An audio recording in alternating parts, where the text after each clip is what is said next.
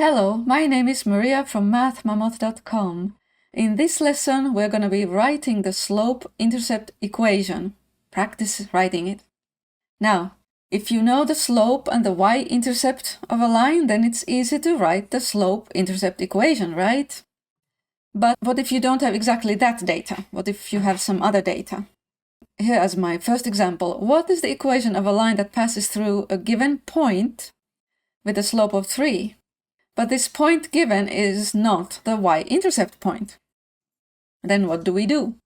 Think about it.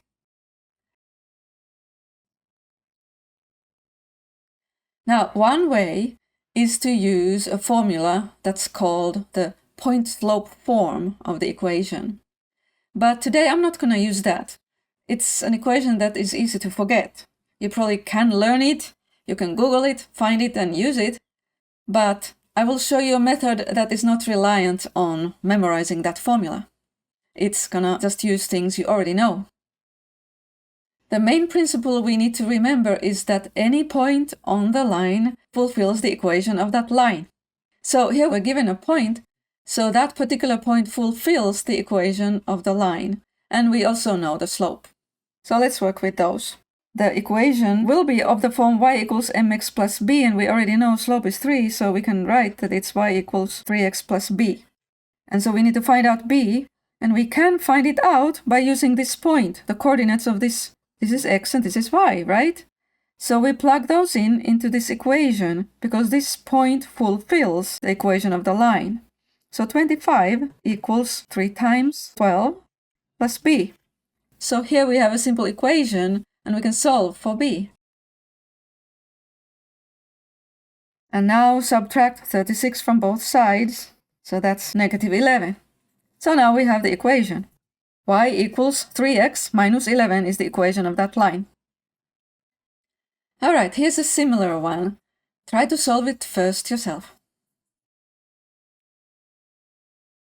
Again, we're given one point on the line, and then we're given a graph of the line.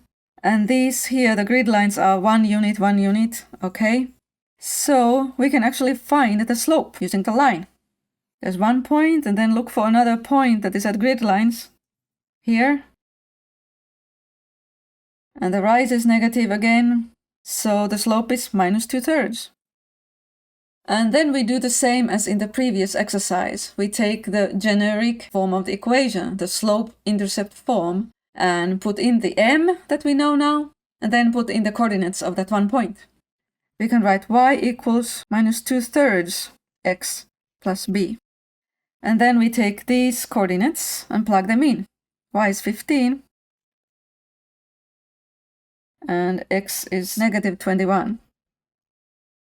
Here we can simplify. Negative times negative, so it will be positive.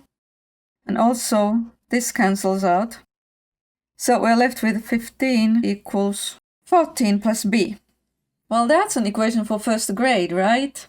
A mystery number plus 14 equals 15. B is 1. So the final equation is y equals minus 2/3 x plus 1. Alright, let's go on. An online store selling personal hygiene products charges a fixed shipping and handling fee as long as your order total is less than $100. If you buy 3 bottles of the shampoo, the total comes to $45. If you buy 5 bottles, it comes to $68. What is the cost of 1 bottle of shampoo? And how much is the shipping and handling fee? Now, you can solve this problem without drawing any lines or even using equations. But I want to show you how it ties in with what we have been studying. The way it ties in is that we can think of a function, the cost. The cost is actually a linear function, the cost of shampoo bottles. If you buy 3 or 5 or 12 or however many you buy, you get a linear function. And the cost depends on the number of bottles of shampoo you buy, plus the fixed fee there, the shipping and handling fee. So I could write an equation for the cost. It is the number of bottles of shampoo times the price of 1 bottle of shampoo plus the fixed fee. So let's put p here for the price of 1 bottle of shampoo, and then that times the number of bottles of shampoo. SH is signifying the shipping fee. It's a fixed fee, just one number there.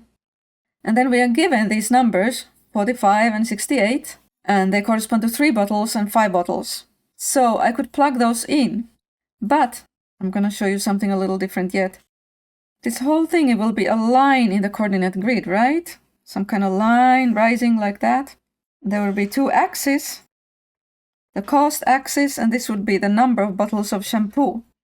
Or it could be seen as dots because, you can't have 1.37 bottles of shampoo. So this would actually be just dots, like that.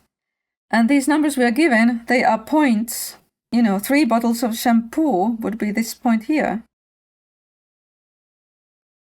5 bottles of shampoo would be this point here. So we have these points, 3 and 45. And then 5 and 68. Those are the 2 points, these 2 points. And now you can find the slope, right? You have 2 points. This here, the rise and the run.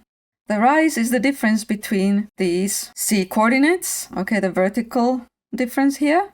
And if I subtract, I get 23. And the run is here from 3 to 5 is 2. So 11.5 is the slope. What else is it in this context? If you started solving this problem without graphing or thinking of equations, you can find out this number 11.5 just by thinking logically. If 3 bottles is 45 and 5 bottles is 68, you subtract these 2 numbers to get the price for 2 bottles of shampoo. So $23 is the price for 2 bottles, and so 11.5 is the price for 1 bottle of shampoo. And that is the unit price. It's the slope and the unit price, both. So now we know the P here in the equation. How would you find out the shipping fee? Well, now that you know the unit price, you can calculate the cost for 3 bottles of shampoo and subtract then from 45. So 3 times 11.5 is 33 and 1.5, 34.5. And then the difference between these 2 numbers is 10.5. So the shipping fee is 10.5 or 10.50. All right, so now we have solved everything, the cost of 1 bottle of shampoo and the shipping and handling fee. We also have an equation for the cost and we kind of graphed it. So we're all done. I hope it was helpful.